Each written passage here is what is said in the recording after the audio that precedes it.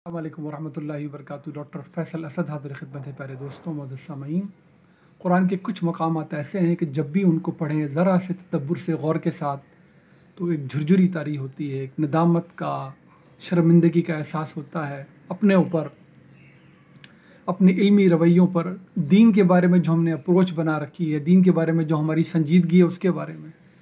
सबसे मुख्तसर मकाम है, कई जगह अल्लाह ने मज़मून बताया है। हम दुआ तो मांगते हैं कि हम उन जैसे ना हो जाएं जो अल्लाह के गज़ब का हक़दार हो गए, हम उन जैसे ना हो जाएं जो भटक के रह जाएं। सूरह बय्यना कुरान की एक छोटी सी सूरत है, खूबसूरत सूरत है, झंझोड़ देने वाली सूरत है, आखिरी जुज़ में है। तो फरमाते हैं वमा तफ़र्रक़ल्लज़ीना ऊतुल किताबा इल्ला मिन बअदि मा जाअतहुमुल बय्यिना।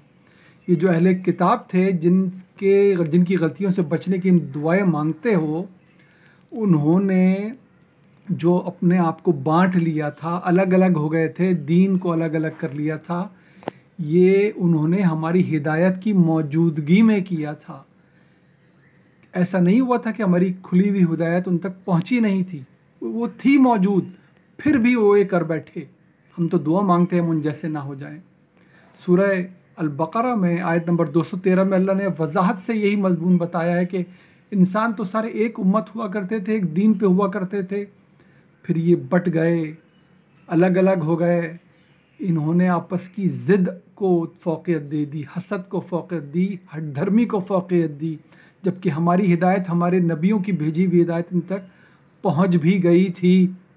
सूरह आल इमरान में भी अल्लाह ने एक आयत नंबर 105 में भी मज़मून दोहराया और जगहों पे भी दोहराया है कि ऐसा नहीं होता कि ये इनमें इख्तलाफात, इनमें झगड़े ऐसे ही मौजूद हो गए और हमारी हिदायत नहीं थी। हिदायत मौजूद होती है, फिर भी ये कर बैठते हैं।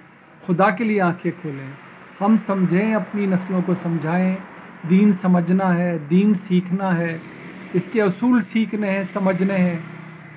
सीखेंगे तो अपनी ज़िंदगी पे उनको नाफिज करेंगे, सीखेंगे तो अपने माशरे में उनको बरूए कार आता हुआ देखेंगे। ये जब होगा जब हम कुरान से वाबस्ता होंगे, दीन को कुरान से सीखेंगे।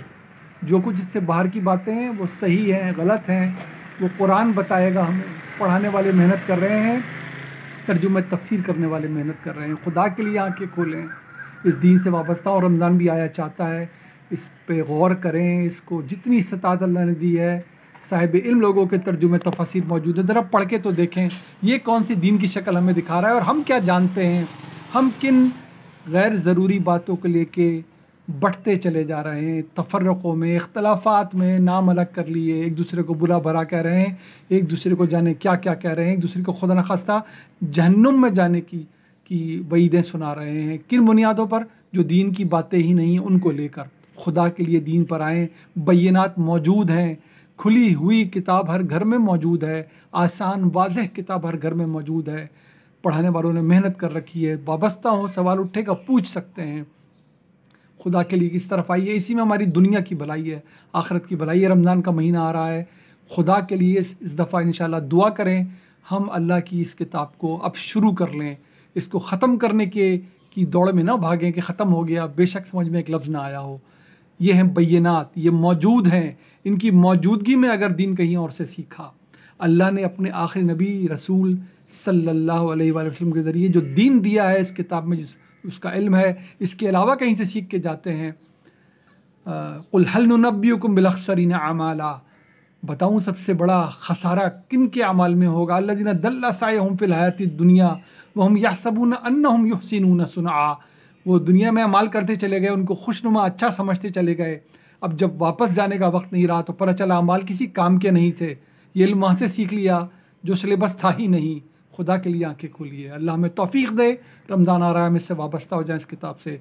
दुआ में मुझे भी याद रखिए, अल्लाह में इस बुरे जुल्म से अपने ऊपर बचाए कि हिदायत मौजूद भी हो और हम नज़रअंदाज करके, किताब से हिजरत करके, सुने सुनाए को दीन समझकर अपने नाम बिगाड़ बैठें, दीन बिगाड़ बैठें। अल्लाह में महफूज रखे, हमारी नस्लों को महफूज रखे। अस्सलामु अलैकुम वरहमतुल्लाहि वबरकातुहू।